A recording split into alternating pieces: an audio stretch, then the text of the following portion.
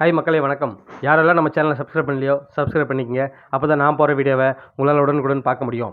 Big pass season 9ல் நம்ம Vijay Parvathi, watermelon star Diwakar. So இந்த 2 பேரை பற்றி நம்ம எல்லாருக்குமே தெரியும். அவங்க உள்ளே இருக்க வரைக்கும் அவங்க பாண்ட் எப்படி இருந்தது, ஒரு பிரதர் சிஸ்டர் பாண்டில் தான் இருந்தது. ஸோ இப்போ வந்து பார்த்தீங்கன்னா 2 பேரும் சேர்ந்து ஒரு தனியார் யூடியூப் சேனலுக்கு பேட்டி கொடுத்துருக்காங்க. அந்த பேட்டியில் ஃபுல்லாக பார்த்தீங்கன்னா ஒரு ஃபன்னாக தான் போயிருக்கு. அந்த என்னென்னா ஒரு சில சீன்ஸ் வந்து ரீக்ரியேட் பண்ணாங்க பிக் பாஸ் ஹவுஸில் பண்ணதை. உண்மையாகவே ரொம்ப நல்லா இருந்தது. பார்வதி வந்து அழுதுருப்பாங்க இல்லையா ஃபீல் பண்ணி. ஸோ அப்போ வந்து பார்த்தீங்கன்னா நம்ம வாட்டர்மெலன் வந்து ஏதோ சாப்பிட்டுட்டு இருப்பார். ஸோ அந்த சீனை ரீக்ரியேட் பண்ணாங்க. உண்மையாக பார்க்கறது ரொம்ப நல்லா இருந்தது. ஸோ அது மட்டும் இல்லாமல் உள்ளே இருக்கும்போது இவங்க 2 பேரும் தான் ஒருத்தருக்கு ஒருத்தர் மாற்றி மாற்றி நிறைய விஷயத்தில் வந்து சப்போர்ட் பண்ணிக்கினாங்க.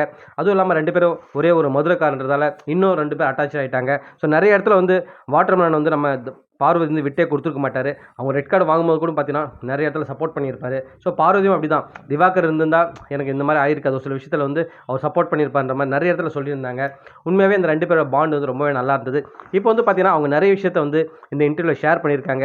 உண்மையாகவே அதை பார்க்கும்போது என்னவோ அந்த பிக் பாஸ் வந்து இப்போ திரும்ப வந்த மாதிரி ஒரு ஃபீல் இருந்தது எனக்கெல்லாம். ஸோ நீங்கள் டைம் கிடைச்சா போய் பாருங்கள் அந்த இன்டர்வியூவை. அது மட்டும் இல்லாமல் 2 பேரும் உள்ளே இருந்தாங்க இல்லையா, ஸோ கமருதீனை பற்றி நிறைய விஷயம் ஷேர் பண்ணியிருக்காங்க.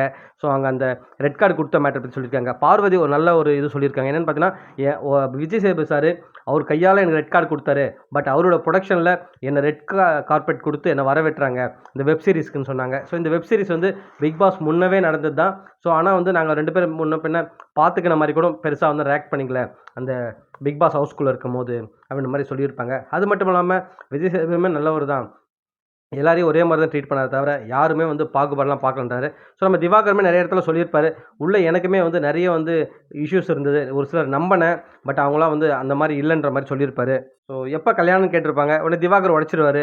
ஏற்கனவே என் தங்கச்சி வந்து கமருதீன் லவ் பண்ணுறான்னு சொல்லிட்டு சிரிச்சிருப்பாங்க. அண்ணே அமைதியாக இருந்தானுவாங்க. ஸோ படங்கள் நடிச்சுட்டு அதுக்கப்புறம் கல்யாணம் பண்ணலான்னு இருக்காங்களாம். ஸோ திவாகர் கேட்டதுக்கு அவருக்கு வந்து பொண்ணு பார்த்துட்டு இருக்காங்களாம். அவர் வந்து ஒரு படம் ஹீரோவை பண்ணிட்டு தான் கல்யாணம் பண்ணணும்னு எய்மில் இருக்காராம். ஸோ இந்த 2 பேரும் உண்மையாக அந்த இன்டர்வியூ வந்து ஃபுல்லாகவே ஃபன்னாக தாங்க போச்சு. உண்மையாக ரொம்ப நல்லாயிருக்கு. மதுரையில் ஏதோ ஒரு ஹோட்டலில் வந்து வச்சு 2 பேரும் இன்டர்வியூ எடுத்திருக்காங்க. உண்மையாக பார்க்கறது நல்லா இருந்தது. நீங்கள் யாராவது இவங்க 2 பேரோட ஃபேன்ஸ் என்ன இருந்தீங்கன்னா நீங்கள் போய் பார்க்கலாம். உண்மையாகவே வந்து நல்லாயிருக்கும். ஸோ மீண்டும் உங்களை அடுத்த வீடியோவில் சந்திக்கிற மக்களே, நன்றி.